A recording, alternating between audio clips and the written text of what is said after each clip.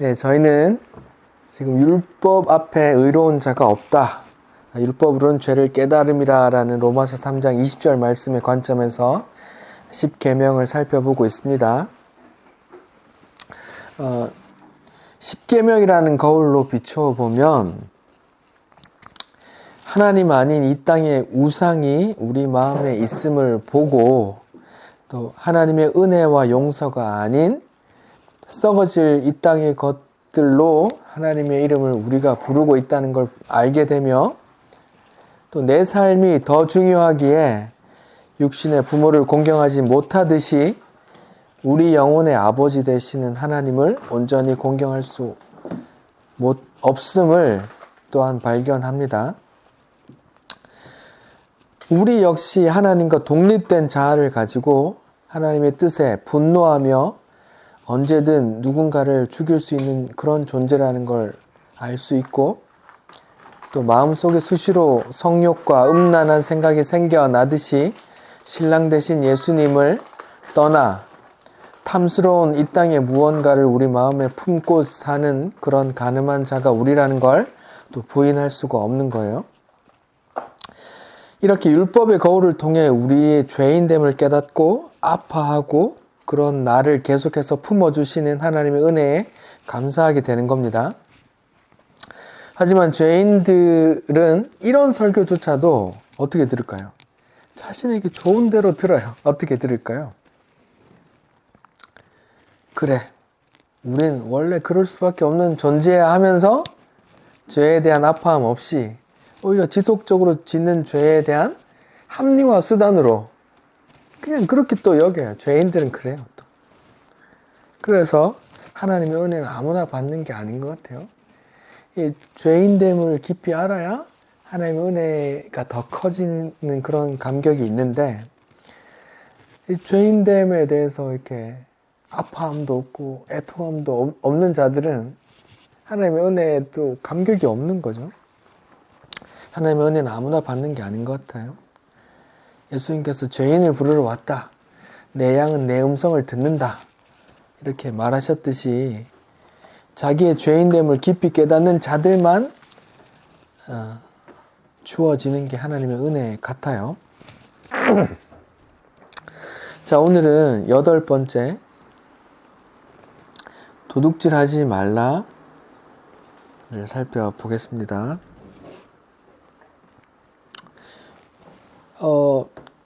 계속 이런 관점으로 보면 도둑질하지 말라는 거울로 보면 뭐예요? 우리가 도둑질하고 있다는 걸 보는 거거든요. 여러분 어떠세요? 여러분 도둑질하고 계십니까? 보미한테 물어보니까 도둑질한 적 없다는데 네, 없대요. 한 번도 없대.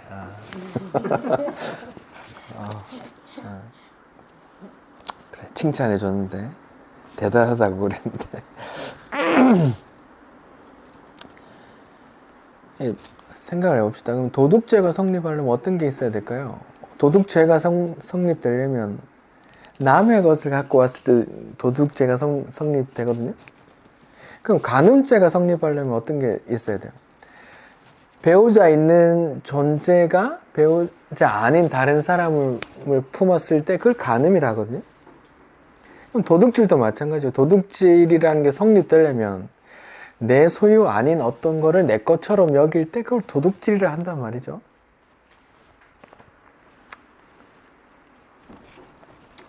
그러면 도둑질하지 말라라는 말을 내가 도둑질하고 있느냐 하면 아닌 것 같아요. 다 내 거만 쓰고 내 거니까 내 것처럼 쓰고 당신 건 당신 거니까 그렇게 안 쓰는데 뭐 부부 사이에야 뭐 내게 내 거고 네 것도 내 거지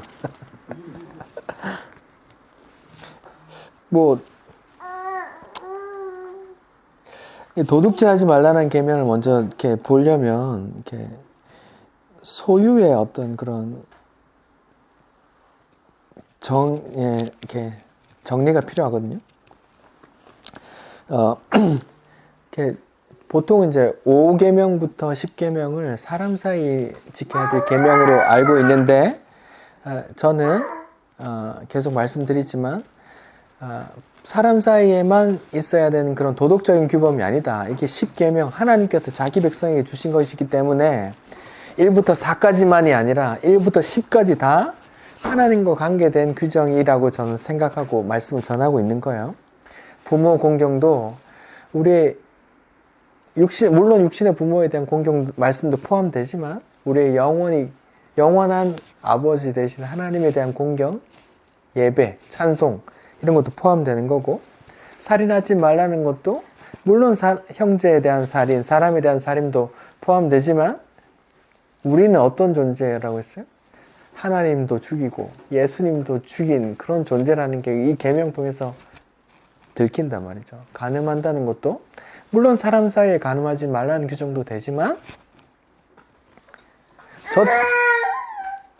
저 천국에는 부부라는 게 없잖아요.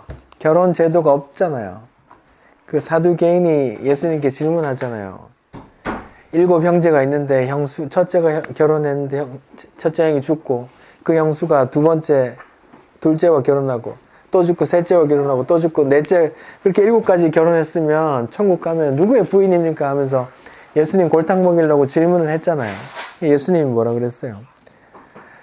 네가 천국도 모르고 부부관계도 몰라서 그런 말 한다. 천국에는 그런 거 없어 라고 말했거든요. 부부관계가 없단 말입니다. 근데 이 땅에서 하나님께서 10계명으로 간음하지 마라는 걸 주신 이유가 뭐겠어요?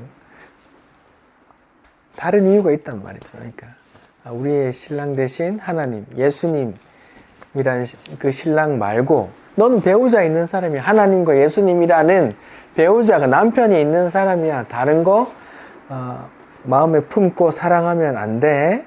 그게 간음이야 라는 걸 알려주신단 말이죠. 성경 전체에서. 자, 오늘은 도둑질 하지 말랍니다. 이 계명이 물론 사람 사이에 남의 거 훔치지 마라는 계명도 물론 돼요. 근데 거기까지만 치부되면 제가 오늘 설교는 하나님의 말씀에 대한 설교가 아니라고요. 도덕 이야기를 해야 되는 거란 말이죠. 윤리교과서에 윤리교과서의 내용을 얘기해야 되니까 거기에만 한정된 게 아니란 말입니다. 하나님과 백성 사이에 어떤 그런 면에서의 도둑질하지 말라는 말이 성경에 어떤 의미가 있는지 찾아보자고요. 도둑질하지 말라는 게, 도둑질이라는 게 성립되려면 남의 것을 내 것으로 가져왔을 때 그걸 도둑질이라고 하는 거잖아요. 그러면 하나님과 사람 사이의 그런 도둑질은 이제 일단 차치하고 하나님과 나 사이에서 내가 도둑질한 게 있어요. 어때요? 하나님 거 도둑질 하셨습니까? 하나님 거는 뭐고 내 거는 뭔데요?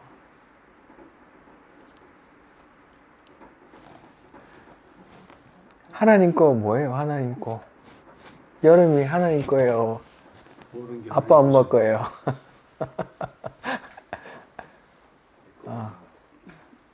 아빠 엄마 건데 여름이는 포기할 수 없어 이러는데. 자, 보세요. 창세기에 우리가 하나님께서 천지 만물을 창조하시고 6째 날에 이제 마지막에 사람을 지으시고 이걸 다 관리하라고 하잖아요. 창세기 한번 볼까요? 창세기 2장, 창세기 1장, 창세기 1장 26절이요. 천지 만물을 다 짓고 나서 이제 6일째 보기 좋았더라 하시고 나서 이제 26절, 창세기 1장 26절, 하나님이 이르되 우리 형상을 따라 우리 모양대로 우리가 사람을 만들고 그들로 바다 물고기 하늘의 새 가축과 온 땅에 기는 모든 것을 다스리게 하자 이렇게 했어요. 그러면은 하나님께서 모든 걸 만드시고 소유권 하나님께 있는데 그러면 사람은 뭐라는 존재예요? 관리하게 하자 한 거. 그러면 사람은 하나님의 청지기라는 개념이 되는 거죠. 말하자면 다른 말로 하면 집사, 고양이 관리하는 집사가 아니라 하나님의 관리자로서 청지기로서 그런 존재란 말이죠. 우리란 존재가. 동의하십니까?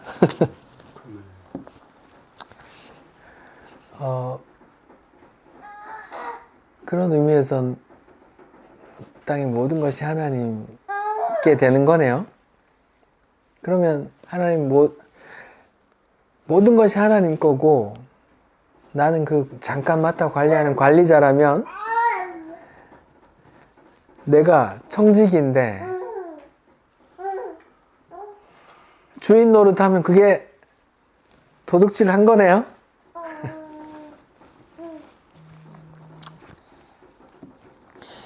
그리고 하나님께서 자기 소유권을 분명하게 표현하신 게 있는데요. 레위기 25장을 한번 볼까요? 레위기 25장을 보시면 창세기, 출애굽기, 레위기 25장에 보시면 25장 23절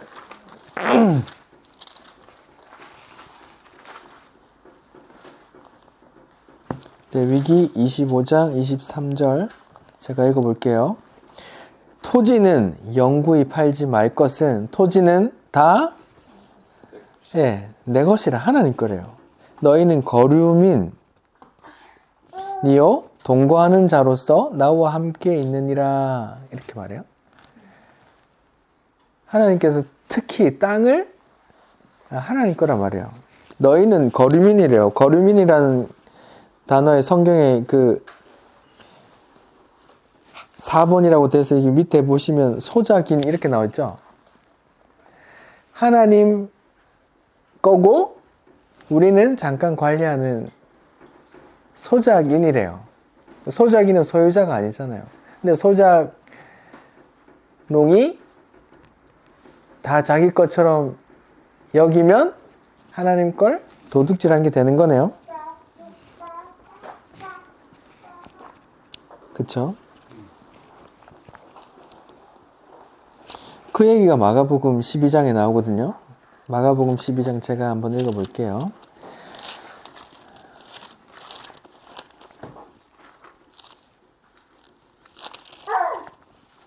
마가복음 12장 포도원 농부의 비유 제가 한번 읽어볼게요.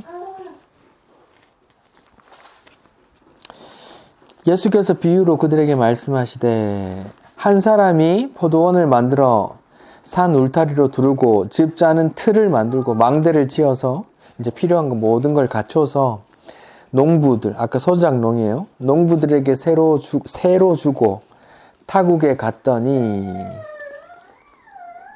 때가 이르매 농부들에게 포도원 소출 얼마를 받으려고 한 종을 보내니 그들이 종을 잡아 심히 때리고 거저 보내었거늘 다시 다른 종을 보내니 그의 머리에 상처를 내고 능력하였거늘 또 다른 종을 보내니 그들이 그를 죽이고 또 그 외에 많은 종들도 더러는 때리고 더러는 죽인지라 이제 한 사람 남았으니 곧 그가 사랑하는 아들이라 최후로 이를 보내며 이르되 내 아들은 존대하리라 하였더니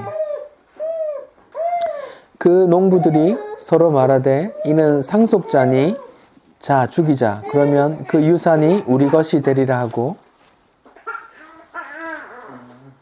이에 잡아 죽여 포도원 밖에 내던졌느니라.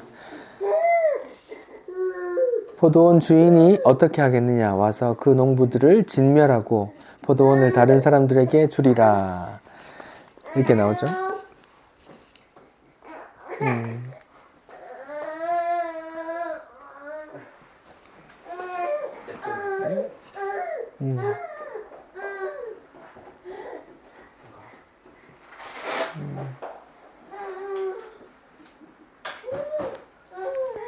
나에게도 자유를 달라 이렇게 하잖아요.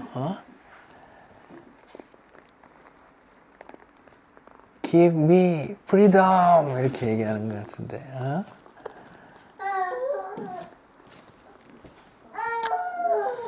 자, 예수님께서 비유로 이야기하세요. 근데 그 비유가 이런 이야기라고요.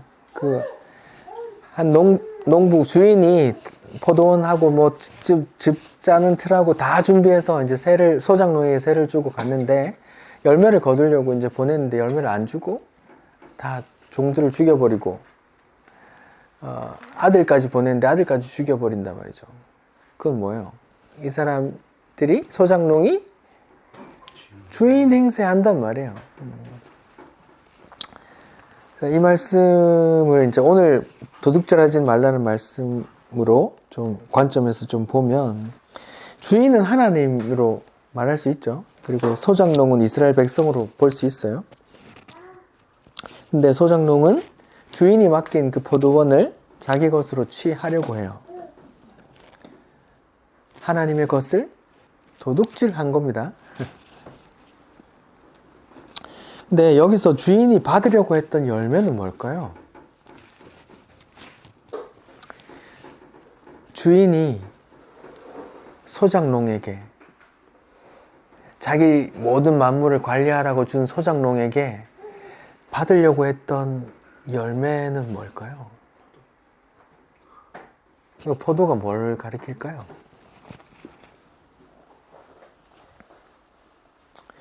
그들은 그걸 못 내놓고 다 죽여버렸거든요. 뭘 하나님께서는 다 주고 뭘 기대했을까요?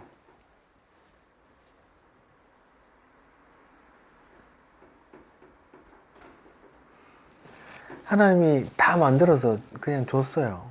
그리고 뭘 기대했을까요?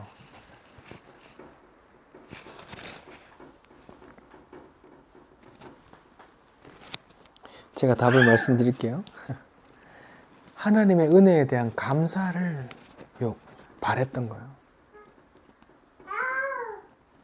근데 그들은 감사를 내놓지 못해요. 그래서 다 죽여버린다니까요. 은혜를 감사하지 못해요. 왜요? 그들은 열심히 있었기 때문이에요. 하나님의 은혜에 만족하지 못하죠. 왜요? 자기가 열심히 했거든요. 내가 열심히 갖고 왔는데 은혜 내놓으라 하니까, 은혜에 대해서 감사하라니까 싫은 거야. 그래서 회개하라고 하는 선지자 다 죽여버리고 아들도 죽여버리죠. 하나님의 은혜를 모르는 그들은 결국 진멸된다고 하시죠.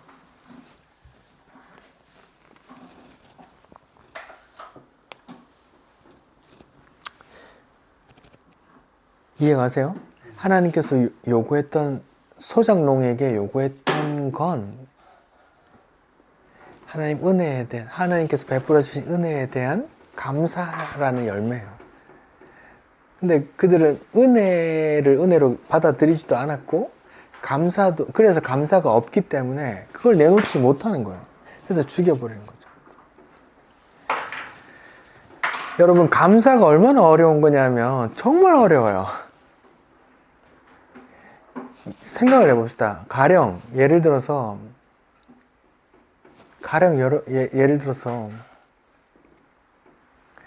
누가 제 아들을 죽였다고 합시다. 근데 내가 그 사람을 용서해 줬다고 합시다. 그 손영호 목사님 이야기 같지만, 근데 용서 안 받았어요. 이 사람은 살인자잖아요. 나의 아들을 죽인 살인자잖아요. 근데 내가 용서했잖아요. 이 사람은 그래, 용서도 감사하고 살아야 되잖아요. 근데 이 사람이 그 감사의 마음을 평생토록 가지고 살 수 있을까요? 그게 정말 어려운 거거든요. 1년이 지났어요. 감사가 좀 사그라들어요. 2년이 지났어요. 10년이 지났어요. 근데 그 사람에게 내가 아직까지 그래야 되나? 이런 마음이 안 들까요?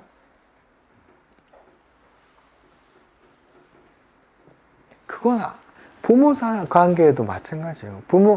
내가 아들인데 자금이 필요해서 부모님이 아직 재력이 있어서 1억을 한 10억을 땡겨서 사업을 번창했어요. 부모님 볼 때마다 감사해야 되죠. 근데 그 감사가 몇 년이나 갈까요? 계속 감사로 살아가는 건 정말 어려워요. 그게 인간의 죄인된 마음으로는 불가능한 게 감사예요. 특히나 하나님의 은혜에 대한 감사는 더 그래요. 아까 그 살인자처럼 내가 하나님의 아들을 죽인 죄인이라는 걸 계속 되새겨야 그 하나님의 날 용서해 주신 그 은혜를 감사하기 때문에, 그 은혜를 생각하고 감사를 내뱉으려면 내가 죄인이라는 거, 내가 심판받아 지옥 가야 된다는 죄인이라는 거, 내가 하나님의 아들을 죽게 했다, 내 죄 때문에 내가 죽게 했다라는 걸 계속 되뇌어야지. 그게 마음속에 간직되어 있어야 그 은혜를 계속 찬송한단 말이죠. 이걸 내놓는 게 죄인에게는 어려워요. 죄인에게는 어렵다니까요. 이게 성령이 부어져야만 돼요.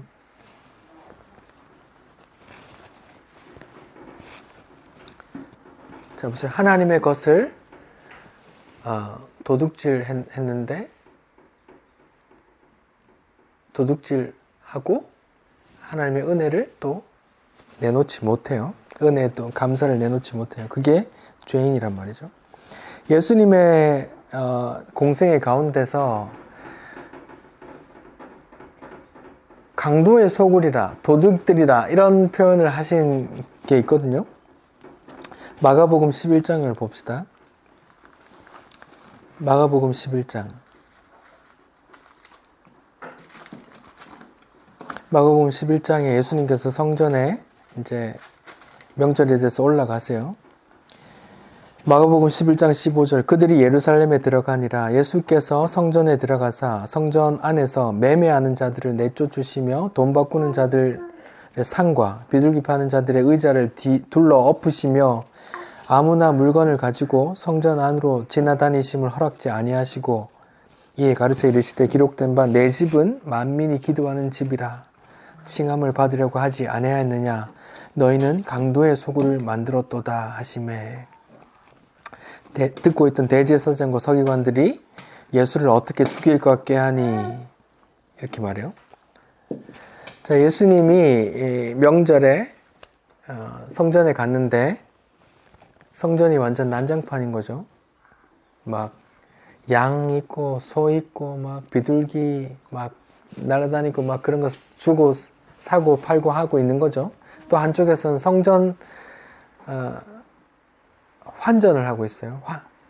여러분 그 서울에 뭐 남대문 시장 같은 데 가면은 왜 환전상이 있는데 할머니들 아세요? 그 시장에 쪼그리고 앉아서 판 하나 펴놓고 이렇게 지갑 이만한 거 차고 막 돈 바꿔주는 할머니들, 그런 사람들이 성전에 있었던 거예요. 왜 그런 게 있었냐면 이제 출애굽기 30장에 모든 성인 남자는 성전세를 내야 돼요. 반세겔로 내야 돼요. 근데 당시에 로마의 지배를 받고 있었기 때문에 로마 화폐가 다 돌고 있었어요. 그래서 성전세를 내려면 가이사 그림이 없는 세겔로 내야 된단 말이에요. 그래서 그걸 바꿔야 됐어요. 근데 세겔을 내는데 환율을 차를 막 50%씩 매겨서 바꿨단 말이에요. 무조건 내야 되니까, 성전세를 세겔로 무조건 바꿔서 내야 되니까 이거를 이 환전상들이 독점해서 세금을 많이 먹였단 말이에요. 환율을 많이 해서. 그 환전상들은 물론 이제 대제사장이나 서기관들한테 돈을 또 로비를 해야 되고 그렇게 했단 말이죠.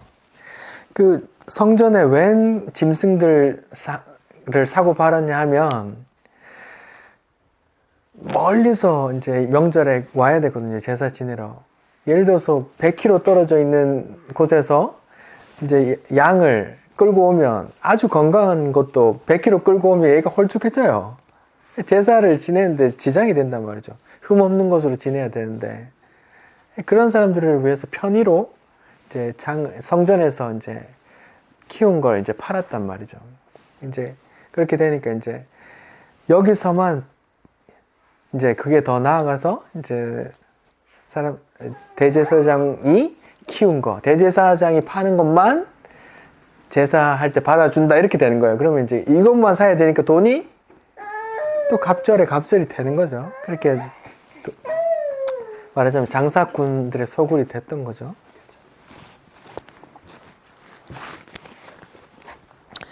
있어요. 여러분 이해가 되시죠?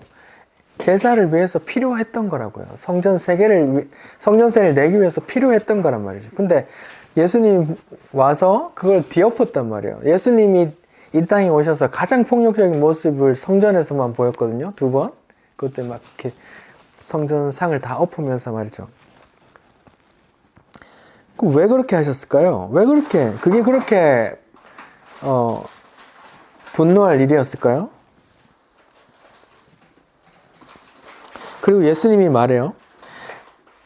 그렇게 막 내쫓으시고 하시는 말이, 하나님이 내 집은 만민이 기도하는 집이라고 했는데 너희는 강도의 소굴을 만들었구나, 이렇게 말했단 말이에요. 그러면 제사 지내는 성전이 왜 만민의 기도하는 집이 될까요? 뭘 기도하는 걸까요? 거기에서.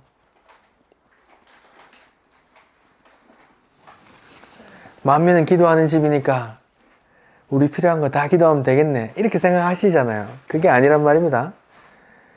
당시의 성전은 뭐 기도 공간이 있고 이런 게 아니에요. 그냥 뜰 있고 뜰에 울타리 들어가면 거기서 소 잡고 그냥 나가고 나머지는 제사장이 다 알아서 하는 거예요. 각을 뜨고 태우고 피 받고 막 안에 뿌리고 막 한단 말이에요. 근데 성전을 예수님이 만민이 기도하는 집이라 그랬어요.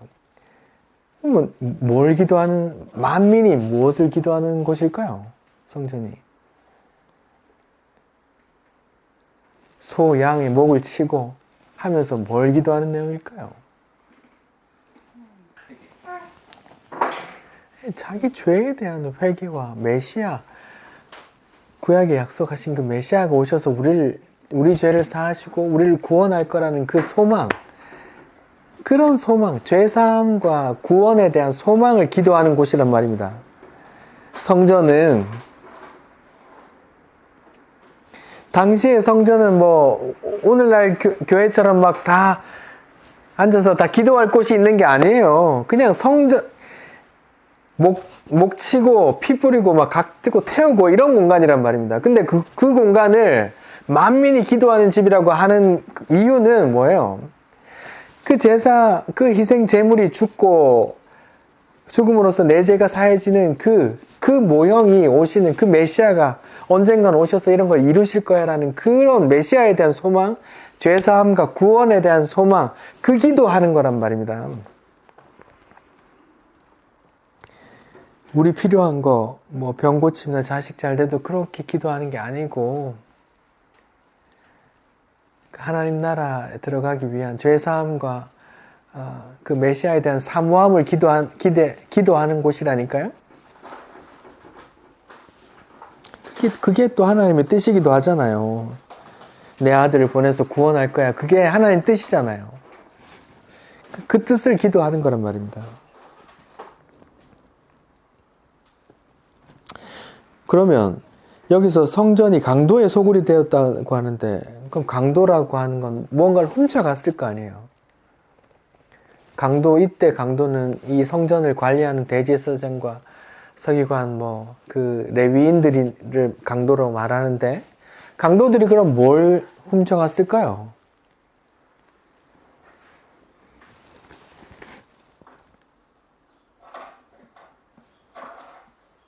강도들이 뭘 훔쳐갔을까요?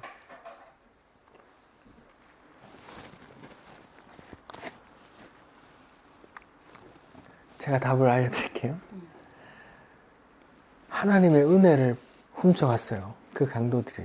뭐라고 말하면서, 너희들은 하나님의 은혜만 바라는 건 안 돼. 열심을 내고 돈을 많이 내고 고급 양을 잡아 최고의 제사를 드려야 돼. 라고 하면서 그 제사가 의미하는 하나님의 은혜, 아들을 통해서 너희 죄를 사하고 구원할 거야 라는 하나님의 은혜를 훔쳐가 버렸다니까요.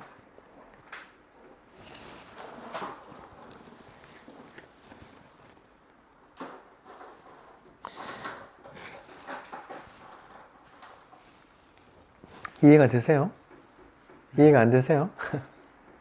그 당시에 성전에 사람이 그렇게 몰리고, 성전에 돈이 그렇게 몰리고, 가축들이 그렇게 잡아지고 막 그렇게 했던 건 굉장히 성전의 위엄과 존경이 넘쳤던 때였거든요. 그때 사람들이 막 그런 권위를 이용해서 돈을 벌었단 말입니다. 그렇게 사람들의 돈 뺏는다고 강도의 소굴이라는 의미도 되지만, 하나님의 입장에서 보면 그 성전 제사가 있는 제사가 행해지는 그 성전이 강도의 소굴로 변했다는 건 하나님께서 뭔가를 이렇게 강도당했다는 말이거든요. 무엇을 강도당했느냐? 내가 제사를 통해서 내 하나님의 은혜를 이렇게 제사를 통해서 드러내려고 했는데, 은혜는 안 드러나고, 이것들이 이 모형인 이 제사만 집중하게 하네? 여기에만 열심을 내게 하네? 이렇게 율법의 행위에 집중하게 해서 은혜를 훔쳐갔단 말이에요. 넌 이거 해야 돼. 더 비싼 거 사야지. 더 고급 양을 사야지. 흠없는 양을 사야지. 더 경건해야지. 하면서 그렇게 율법을 계속 강요하면서 자기 행함을 부추기면서 하나님의 은혜를 훔쳐가 버렸다니까요. 제사는 하나님의 은혜를 표현하기 위한 도구였단 말입니다. 모형이에요. 예수님의 모형. 어린 양을 잡아 그 피를 대속하는 이 양이 죽어서 내가 제사함을 받는구나라는 그 은혜의 모형이란 말이에요. 성전 제사는. 근데 그 도둑놈들이 그 은혜를 훔쳐가 버리고 그 열심을 강요했단 말이에요. 그 행위로. 그럼 뭘 훔쳐갔단 말이에요? 하나님의 은혜를 훔쳐갔다고 하는 거라니까요. 구약에도 너희는 하나님의 것을 도둑질했다 이런 표현이 있거든요. 어디 나와요? 말라기를 한번 봅시다. 말라기. 구약 성경 끝이죠. 말라기 3장.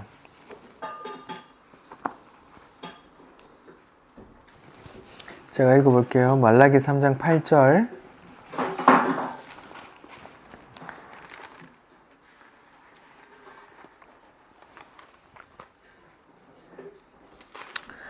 사람이 어찌 하나님의 것을 도둑질하겠느냐? 그러나 너희는 나의 것을 도둑질하고 또 말하기를 우리가 어떻게 주의 것을 도둑질하였나이까 하는도다. 이는 곧 11조와 봉헌물이라. 너희 곧 온 나라가 나의 것을 도둑질하였으므로 너희가 저주를 받았느니라. 이렇게 말해요. 이 구절은 11조와 헌금을 강요하기 위해 많이 인용되는 구절이죠. 제가 이렇게 이제 도둑질하지 말라, 이제 모든 건 하나님의 거야, 이제 이런 전제를 깔고 이 말라기서를 이제 읽으면 누군가 이렇게 생각할 수도 있어요. 야, 신동관 목사 복음 전한다더니 이제 드디어 11조 내라고 본색을 드러내는구나 라고 말할 수 있어요. 근데 그게 아닙니다. 제가 지금 그런 말 하려고 하는 게 아니라고요.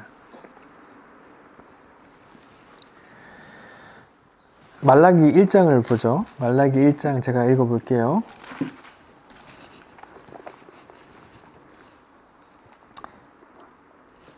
6절입니다. 내 이름을 멸시하는 제사장들아, 나 만군의 여호와가 너에게 이르기를 아들은 그 아버지를, 종은 그 주인을 공경하는데 내가 아버지일진데 나를 공경함이 어디 있느냐? 내가 주인일진데 나를 두려워함이 어디 있느냐 하나 너희는 이르기를 우리가 어떻게 주의 이름을 멸시하였나이까 하는도다. 너희가 더러운 떡을 나의 제단에 드리고도 말하기를 우리가 어떻게 주를 더럽게 하였나이까 하는도다. 이는 너희가 여호와의 식탁은 경멸히 여길 것이라 말하기 때문이라. 만군의 여호와가 이르노라 너희가 눈먼 희생제물을 바치는 것이 어찌 악하지 아니하며 저는 것 병든 것을 드리는 것이 어찌 악하지 아니하냐. 이제 그것을 너희 총독에게 드려보라. 그가 너를 기뻐하겠느냐? 너희를 받아주겠느냐? 이렇게 말한다고요. 말라기 당시에 하나님의 제사와 성전이 완전히 무너졌어요. 성전 권위가 다 떨어져 버리고 다 멸시하는 그런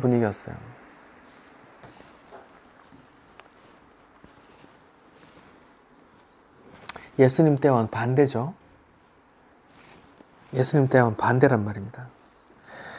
성전에는 하나님에 대한 존경과 성전의 권위가 하나도 없어요. 존경은 없고 그저 제사하는 신용만 했어요. 어떻게? 눈 먼 거, 저는 거, 병든 거 갖고 와서 제사를 지냈다고요. 왜요? 아까우니까. 아까우니까. 어차피 죽는 거 그냥 이렇게 제사 지내는 신용이라도 했단 말이에요. 그 행태는 갈수록 심해져서 결국 11조도 봉헌물도 다 성전에 안 왔어요. 그래서 레위인들이 그 직을 수행하지 못하고 다 흩어져 버렸어요. 그 일을 다 못하게. 제가 지금 11조 봉헌물 내라 하는 말 아닙니다. 잘 들어보세요. 성전의 제사는 예수님의 모형이에요. 예수님의 모형이에요. 예수님이 오실 때까지 그 모형이 계속 그 역할을 해야 된단 말이에요. 성전에서 계속 제사를 지내줘야 된단 말이에요. 예수님이 올 때까지, 그 실체가 올 때까지 성전 제사는 계속 행해져야 된단 말이에요. 근데 말라기서 당시에 예수님이 오시기 몇백 년 전인데도 이제 끊어진 거예요. 성전의 제사가. 어떻게? 11조도 안 내고 봉헌물도 안 되고 해서 그 사람들이 그 직을 유지하지 못하고 다 밥 벌어 먹으러 갔단 말이에요.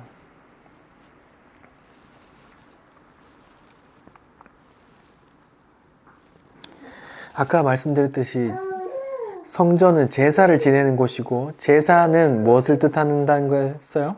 예수님의 모형이라 그랬어요. 예수님이 장차 오셔서 십자가 지심으로 우리 죄를 구원할 거라는 그런 예수님의 그런 하시는 일의 모형이란 말이에요.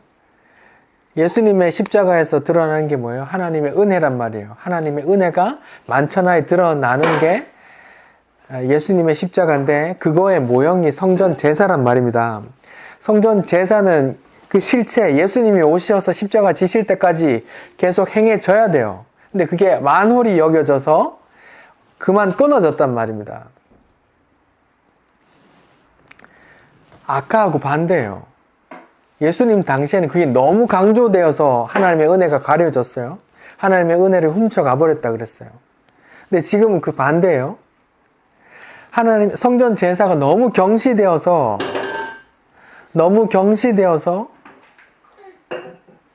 성전 제사가 하나님의 은혜가 드러나지 못하는 거예요. 양쪽이 정반대인데 결과는 똑같아요. 무슨 결과가 났어요? 하나님의 은혜가 드러나지 못하는 결과를 나타냈다고요.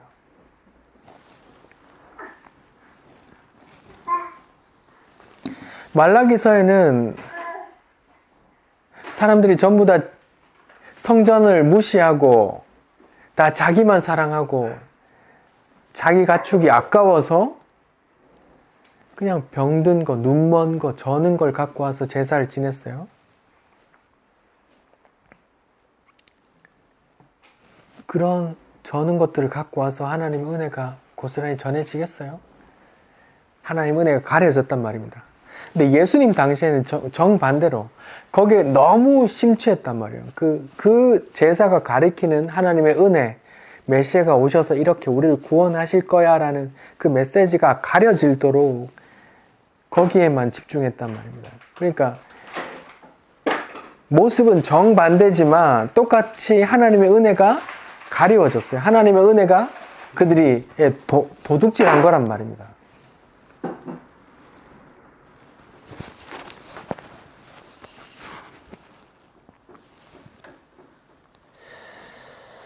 양쪽 다 하나님의 은혜를 도둑 맞아버린 그런 상태란 말이에요. 여러분, 우리는 어떤 상태예요?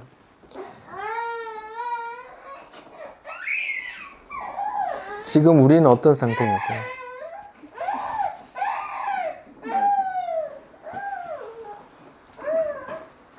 하나님께서 천지 만물을 창조하시고 우리에게 잠깐 맡기셨어요. 그런데 우리는 만물의 주인은 잊어버리고 우리가 주인되어 살고 있어요. 우리가 산다는 것 자체가 하나님의 도둑질을 한 거란 말입니다. 우리가 주인 돼서 살고 있으니까.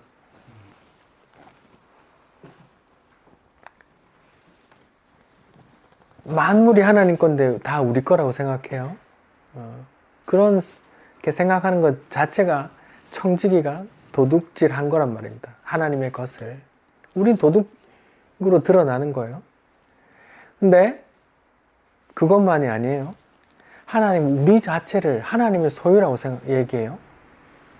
우리 자체가 하나님의 소유래요.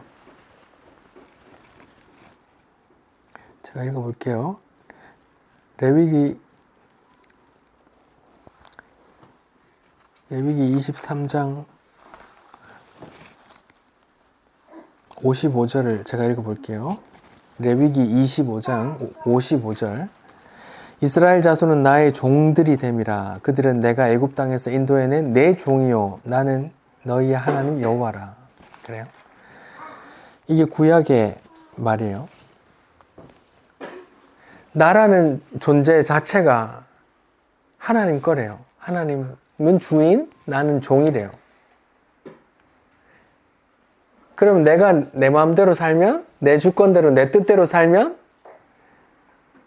내가 하나님의 종인 나를 훔쳐간 거네요. 내가 주인 돼서 사는 것 자체가 내가 하나님의 것을 훔쳐간 거라니까요.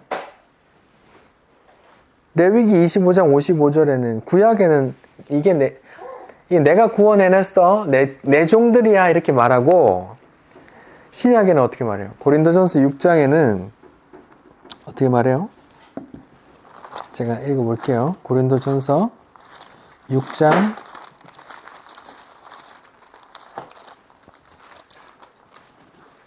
19절 20절이요. 제가 읽어볼게요. 너희 몸은 너희가 하나님께로부터 받은 바 너희 가운데 계신 성령의 전인 줄 알지 못하느냐? 너희는 너희 자신의 것이 아니라 값으로 산 것이 되었으니 그런즉 너희 몸으로 하나님께 영광을 돌리라. 보세요. 너희 몸은 하나님께로부터 받은 바 너희 가운데 계신 성령의 전이래요. 그리고 너희는 너희 자신의 것이 아니라 값으로 산 것이래요. 그런즉 너희는 몸으로 하나님께 영광 돌리라. 그러니까 하나님 예수님을 믿는 우리는 성령의 전이 되는 거고, 성령의 전이 된 우리는 우리 자체가 우리 게 아니란 말입니다. 우리 자체가 우리 게 아니란 말이에요. 그러니까 우리가 우리 마음대로 산다는 건 우리가 하나님의 것을 도둑질한 게 되는 거란 말이에요. 하나님이 우리를 샀어요. 피값으로. 아들의 피값으로 샀어요. 옛날에 어린 나이에 중고등부 수련회 가고 하면은 막 이렇게 표현하더라고요. 얘들아, 너희가 얼마짜리인지 아니? 1,000,000원이 2,000,000원이요. 하면 아니야. 그렇게 그것보다 훨씬 비싸 하면서 하는 말이 너희는 예수님 짤이야. 이렇게 말해요. 예수님이 우리를 구원하셨으니까. 예수님의 목숨으로 우리를 살리셨으니까. 우리는 사단의 종이었다가 예수님이 죽음으로 우리를 사서 하나님의 소유로 돌려놓았잖아요. 우리 자체가 하나님의 소유란 말입니다. 우리 자체, 우리 인생 자체, 우리 존재 자체가 하나님 거라니까요. 근데 거기서 독립해서 우리 마음대로 살고 우리 뜻대로 살고 내 비전과 내 야망을 실현하면서 사는 것 자체가 하나님의 것을 도둑질한 거란 거 말입니다. 성경에 따르면.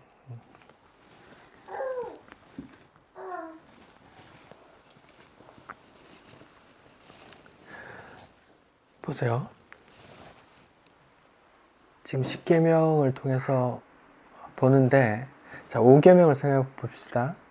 부모를 공경하래요. 근데 성경에 이스라엘은 내 아들이라 그래요. 하나님이 우리 부모님 되신대요. 하나님을 공경하라는 말이에요. 살인하지 말라. 하나님 아버지가 살아 있는데도 하나님을 죽은 것처럼 내 유산 달라고 해서 떠나려고 하는 자들이라니까요. 우리는 간음하지 말라. 하나님이 우리 남편이래요. 예수님이 우리 남편이래요. 근데 우리는 하나님과 예수님 말고 이 땅의 어떤 것들, 탐나는 좋은 것들을 우리 마음에 품어요. 그래서 사랑한단 말입니다. 간음하지 말란 말이에요. 도둑질도 마찬가지. 도둑질 하지 말래요. 근데 만물이 다 하나님 거래요. 근데 청지기래, 우리는. 근데 우리는 우리 것이라 살아요. 그것뿐만 아닙니다. 우리 존재 자체가 하나님 거래요. 우리의 소유권이 하나님이래요. 나는 내 인생이 내 건 줄 알았는데 성경에 따르면 그게 아니란 말입니다. 예수님의 피값으로 우리를 샀대요. 하나님 소유래요. 우리 자체가. 우리가 하나님과 독립되어 우리 마음대로 산다는 것 자체가 도둑질하지 마라는 계명을 어기고 있는 거라니까요. 그런 사람이 누가 있어요? 우린 다 성경에 비춰보면 다 도둑으로 드러난단 말입니다.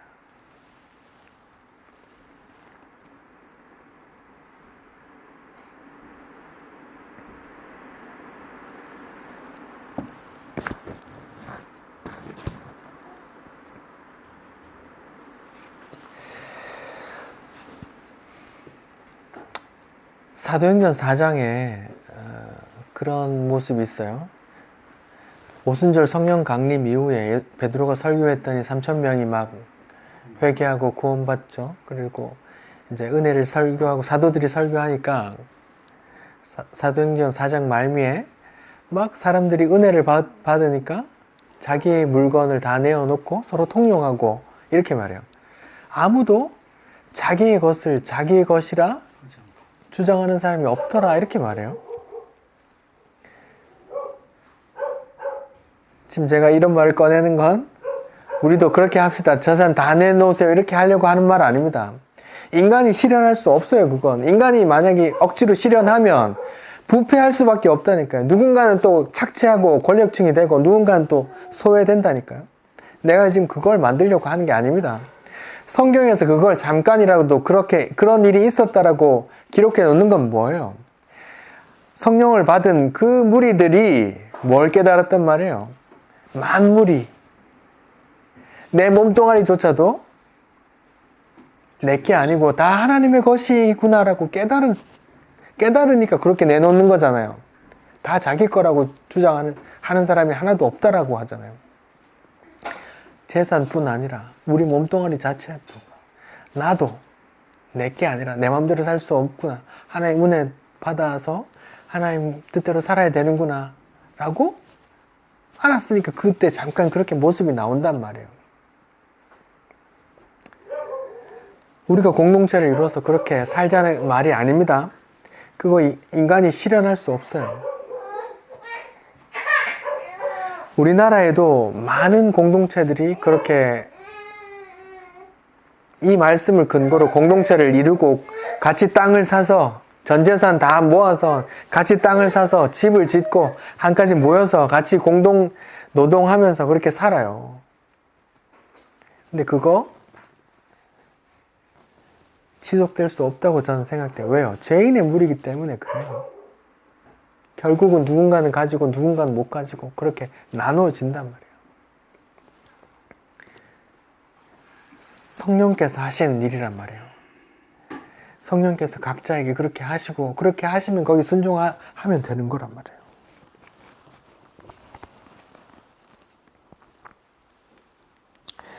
부모 공경도 그렇고 살인하지 말라는 말도 그렇고 간음하지 말라는 말도 그렇고 도둑질하지 말라는 말씀도 우리 인간 사회에서만 있는 말이 아니라 그런 도덕 규정에만 그치는 게 아니라 하나님과 우리 사이에 그런 말씀이 있단 말이에요. 그래서 하나님께서 10계명으로 주신단 말이에요. 자기 백성에게 주신단 말이에요.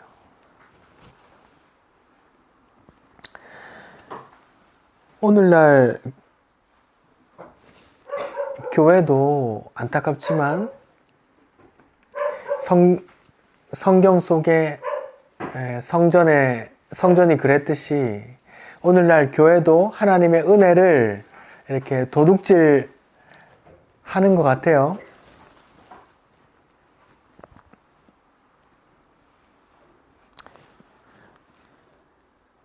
교회는 오직 하나님의 은혜만 드러나고 찬송하는 곳이어야 되는데 하나님의 은혜는 가려지고 모든 예배에 참석하는 열심을 내라. 힘에 부치도록 헌금해라. 한 부서 이상, 2개, 3개 힘써서 봉사해라. 라는 메시지를 전하면서 그래야 복 받는다. 라고 하면서 그렇게 열심인 성도들에게 그렇게 도전한단 말이에요. 하나님의 은혜는 가려지고 성도들의 열심을 부추기고 있어요. 하나님의 은혜를 도둑 훔쳐가 버리고 그렇게 열심으로 부추기고 있단 말이에요. 예수님 당시에 성전의 지도자들처럼 오늘날 교회들이 그렇게 하고 있는 것 같아요. 안타깝지만 그렇게 열심을 내라고 도전을 주고 그렇게 열심을 내는 모범적인 성도들을 앞세워서 또 박수받게 한다니까요. 그런 게 다 뭐 어떻게 하는 거예요? 하나님의 은혜를 도둑질하는 거라니까요. 교회는 그런 사람들이 칭찬받는 곳이 아니에요. 그런 사람들이 박수받는 곳이 아니에요. 교회는 날마다 나의 죄를 발견하는 곳이고 그 발견된 죄만큼 더 큰 은혜를 또 받아야 되는 곳이에요.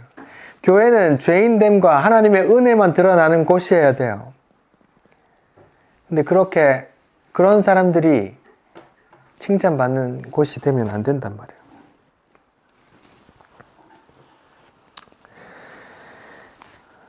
우리도 오늘 도둑질하지 말라는 계명을 통해서 우리가 하나님의 것을 도둑질하고 있으며 내가 하나님과 독립되어서 사는 것 자체가 하나님의 것인 내 것을 내가 훔쳤다라는 걸 기억하시고 이 도둑질하지 말라는 말씀을 비춰서 나의 죄인됨과 하나님의 은혜에 더 젖어 들어가시기를 바랍니다. 기도하겠습니다. 하나님 감사합니다. 도둑질하지 말라라는 말씀을 통해 하나님과 성도의 관계 속에서 도둑질하지 말라는 그 의미를 되새겨 봤습니다. 우리는 이 말씀을 통해 이 계명을 통해 우리가 늘 도둑으로 드러나게 하시고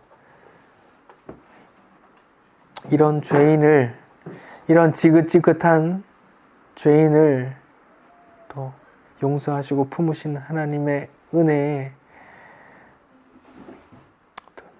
감사하며 나아가게 해 주옵소서. 우리 입에서 하나님의 은혜에 대한 찬송이 끊이지 않기를 바랍니다. 예수님 이름으로 기도드립니다. 아멘.